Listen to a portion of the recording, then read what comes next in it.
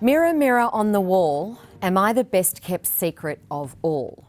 Welcome to SMETV, the Tough Love edition, because sometimes you need to hear facts, cold hard facts from experts who walk the talk and have skipped the BS option. This unique time that we face in our disrupted economy is full of opportunities. Some of us will be blind to them, some will see them but won't know what to do with them, and the rest will just miss the bus completely. Have you been looking for a way to add to your business revenue stream but just didn't know how? Have you looked in the mirror? Stop being anonymous and invisible. Start building your personal brand and harness your attributes because they are your currency. Oh, and stop blaming the algorithms on social for stunting your growth. Where am I going with all of this? Well, straight to Mary Henderson, the extraordinary personal brand specialist who knows how to take the best kept secret, showcase the brilliance and make it a business. Welcome, Mary. Thank you, Angela. Thank you so much for that introduction. How are you? I'm brilliant. Can't Right. complain. You have to be brilliant. You're out of lockdown, but also you have 38,000 plus hours building personal brands, tech digital businesses and sales teams. Because that's your background, right? Sales. Absolutely. Absolutely. The way that I like to describe myself is that I get to merge the three loves of my life and just call that a vocation. How cool is that? Yeah, well, it's cool when, don't they say that when you've found something that you've loved to do, it's not a job? That's it. That's me. I'm not looking anymore. A few years ago, I would have said that. I'm not looking anymore. I found the job I love. It's just now getting everybody else on board with it. Now, I was a little bit cheeky in the introduction because you say something very profound, and that is, are you the best kept secret? Now, that builds off what you are doing now, which is helping people to build another revenue stream. This isn't about pivoting. The goods are there. The knowledge, the wisdom, the expertise, it's all there. What you're saying is you can bring it all together, drill it down, whack some tech and digital in it, and voila, you have another revenue stream. I mean, it's not voila, that simple, but that's the process, right? Pretty much. I mean, let's look at it. Let's reverse engineer that. Yep. If you look at where we are heading in terms of the way that people want to learn, upskill and consume content, e-learning is on the rise exponentially. We're talking a $300+ billion business. Okay, so that's the industry. That's the first thing we need to look at. That's the data. Yeah, that's the data. Research and Markets forecast $325 billion in e-learning by 2025.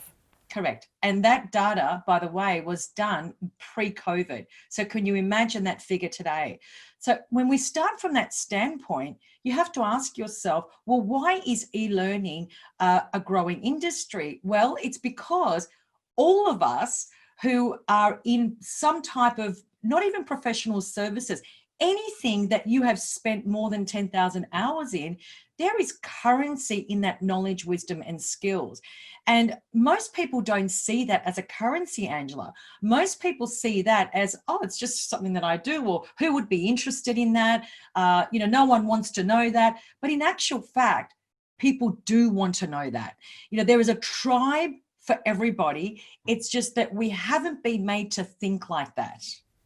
So that's just our view, right? Let's use me as an example. I would tell you that I've got more than 10,000 hours doing maybe 5 different things in my role as being a business owner for 30 years. Essentially, I have been doing something repeatedly. If I've been getting a good outcome, you would assume that I know what I'm doing. So then it's a matter of honing that down, right? Discovering where my micro specialty is. Correct. Now, it's not just making that discovery, it's then how do I present that in a model that can bring about revenue? That's exactly right. And that's where someone like you comes in. That's right. So what happens is that a lot of people want or desire to create an online e-learning environment, tick in the right direction. I support that 100%. Where people go wrong, Angela, is taking a step back and understanding, okay, so I've got all this knowledge, all this wisdom, all these skills set, but what is my actual specialization at a broad level, at a macro level, and then at a micro level, what is the problem I can solve? Okay, so it goes macro and then micro, and that's actually the starting point. So once we can see that, then we can start to ask the right questions that lead us in the right direction. So what I love the most is that you're very creative, right? And you understand that the people that have come to you have a skill set that then needs to be packaged and presented in a way that they can generate and start this business. You've got lots of case studies, in particular, and you're going to take this one without notice. You have a case study of one of your clients who's an accountant. Yes. Now, clearly there's a skill there already. She's an accountant. However, she's been doing other things within that business as part of her accounting, but not necessarily as an accountant, but part of her clients. And you've now allowed that whole new part of her business to be packaged and systemised separately. That's exactly right. So that's actually a brilliant case study because it's so relatable. This is a person who has a bricks and mortar business, 25 staff, turning over 7 figures a year, doing an exceptional job as an accounting firm. She's a CPA, delivers CPA services. But in her business, what she found is that a lot of time was being spent in mentoring her clients. This was not a fee for service. This was just her being her and offering her clients, a dialogue for free based on their business situation. When she came to me, she said, I just feel that my expertise is in actually making companies profitable. That's what I'm known for. And we took a step back and said, outside of your accounting services, which are a given, what is it that you do as a human being? What is it that you have inside of yourself that you can do that nobody else in the entire universe can do the way that you do? And what we did was we realized that she had a natural rhythm in how she would walk people through her process, her methodology. We unpacked that and we created an actual coaching and mentoring business within her CPA business, which is now an additional a service that her clients can buy outside or on top of the accounting services.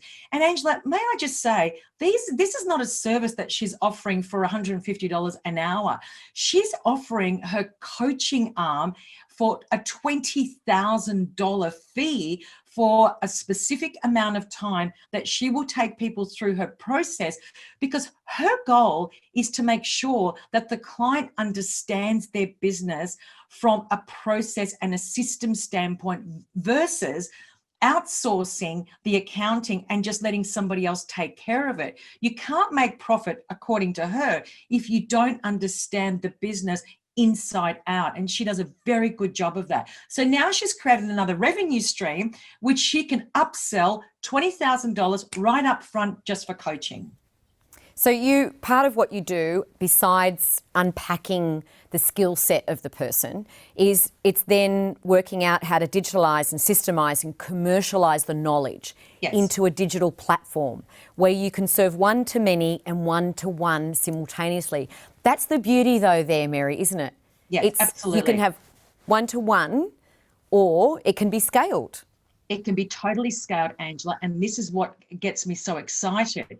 Because now you've got the thing that what I do is we create a system that doesn't change. You can deliver it one-on-one or you can deliver it one-to-many, but the system never changes, right? So we're not creating $49 online courses where most people have this belief system that if you create courses that you'll make money while you sleep. This is not a B2C model. This is a total B2B model. So the idea is that one-to-one, one-to-many, same system, different price point. If you want me to yourself, it's going to be a different relationship, but the one-to-many is actually where the opportunity lies. So it's what we call group coaching. It's where you get, 5, 10, 15, 20 people show up to a coaching call at the same time on the same day. You're still individualizing the experience, except it just requires 1 or 2 hours of your time per week, but you've got 10, 20 people on the same call. And you're using the knowledge that you already have. I like how you differentiate between two types of business models, the analog business model and the digital business model. Yes. Take us through that very briefly. The analog is really simple. It's a time for money model. It's a billable model. It's where you have to continue to find new clients to keep the revenue stream flowing and turning over. Without revenue, you've got no business. And I actually show an example. You've got my slides where I show the analog model requires 30, 40, 50 hours of billable hours per week to make X amount of dollars. The one-to-many model, or the one-to-one, the coaching model, we're selling a solution. We're not selling an hourly rate. So it's a whole different ballgame. I can sell one coaching program that gives me the same amount of revenue as working 40 hours a week in the analog model. So what stood out the most for me was, and one of your slides that I am going to show, absolutely, two futures timelines: become stuck or become unstoppable. Now, obviously, that's a very powerful statement that when you look at someone and to coach them through something, you've got to have a breakthrough moment. The one thing in particular that we're talking about is people who are already skilled in something. Because as you said, there's a minimum there of, having done 10,000 hours in something. So they're already professional, already had exposure and experience in something.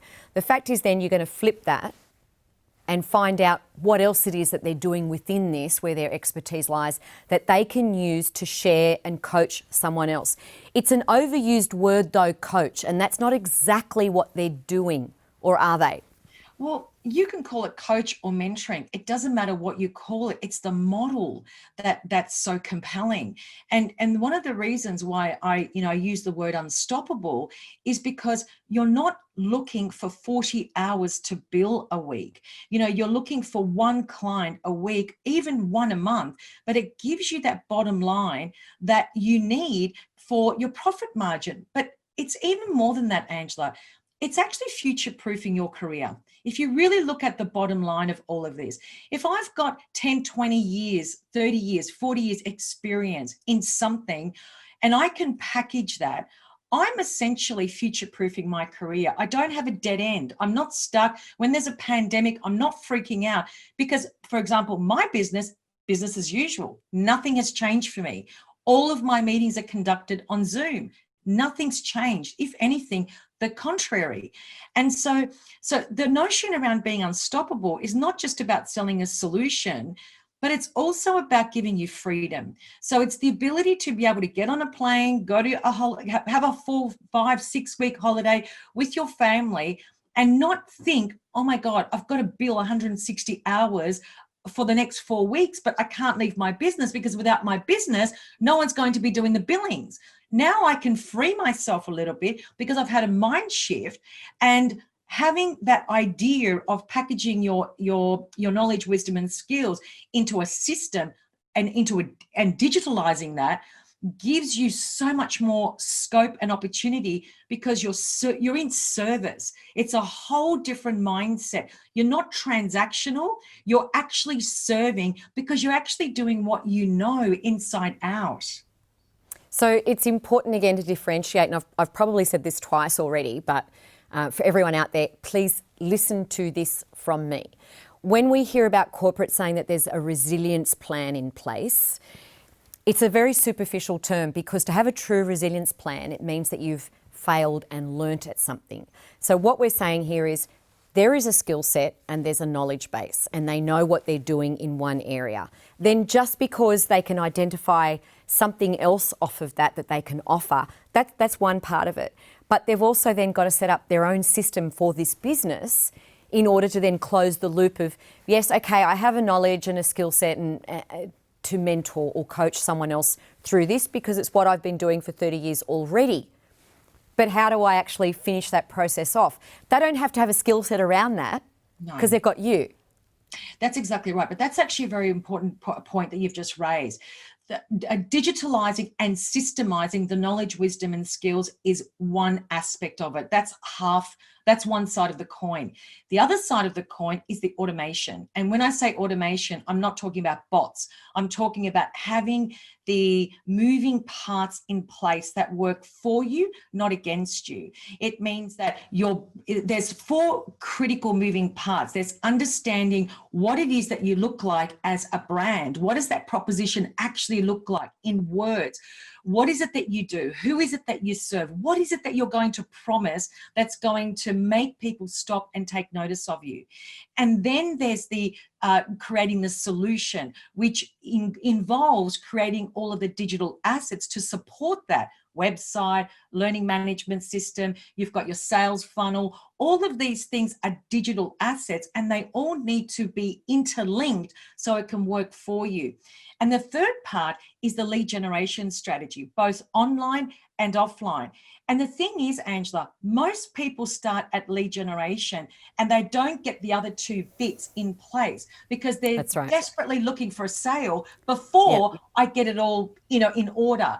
But that's the wrong approach. And that's why a lot of coaches give the right coaches a bad name, because they're all failing. In fact, most of them are not even monetizing. And the fourth which is the scary thing. Which is the scary thing. And very quickly, the fourth bit is the coaching model. And then you've got to wrap it around in your model in order for you to be able to commercialize it and actually know what you're charging that makes sense to your target audience. All right, well, here are your choices. Don't get stuck, be unstoppable. And it's all about transforming what you know into another process to get another revenue stream, and there can't be a better resilience package than that. Thank you so much for joining us today, Mary. Please remember, everybody, subscribe to the YouTube channel if you haven't already. To the Piedmont Studio, thank you for making us look and sound great. To the SMEA Association, without you, this would not be possible. Our deepest gratitude. Of course, if you have any tips, tricks, comments or stories, you can send them straight to me. news@smea.org.au, and we're across all the socials, and we want to be unstoppable. Thank you very much, Mary. Thank you, Angela.